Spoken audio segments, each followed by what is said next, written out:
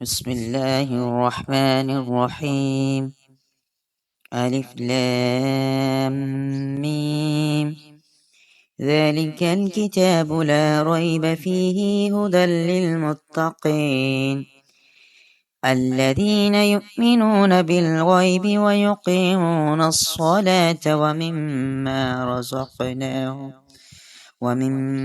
رزقناهم ينفقون والذين يؤمنون بما أنزل إليك وما أنزل من قبلك وبالآخرة هم يوقنون أولئك على هدى من ربهم وأولئك هم المفلحون إن الذين كفروا سواء عليهم أنذرتهم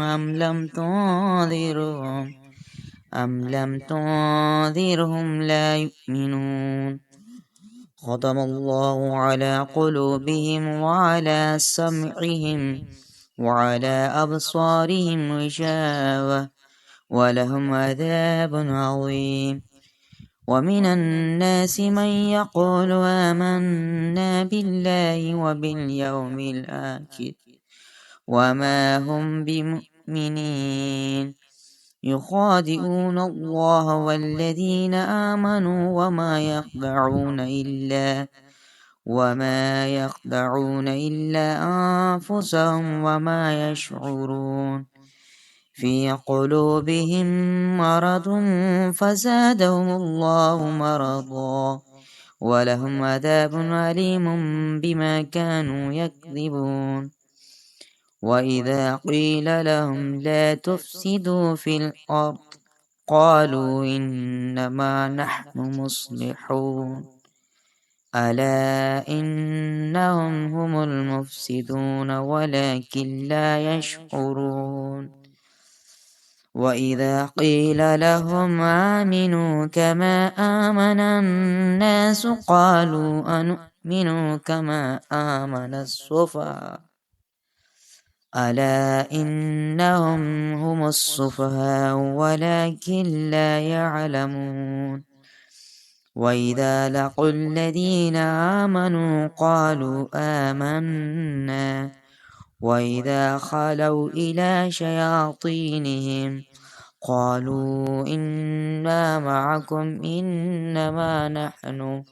إنما نحن مستهزئون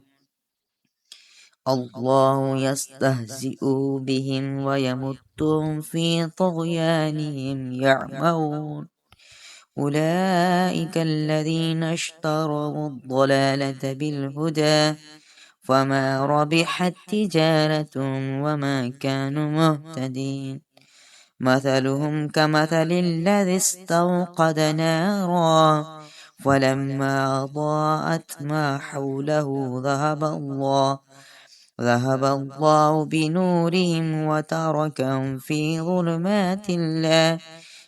ظلمات لا يبصرون صم بكم عمي فهم لا يرجعون أو كصيب من السماء فيه ظلمات ورعد وبرق يجعلون أصابعهم في آذانهم من الصواعق حذر الموت والله محيط بالكافرين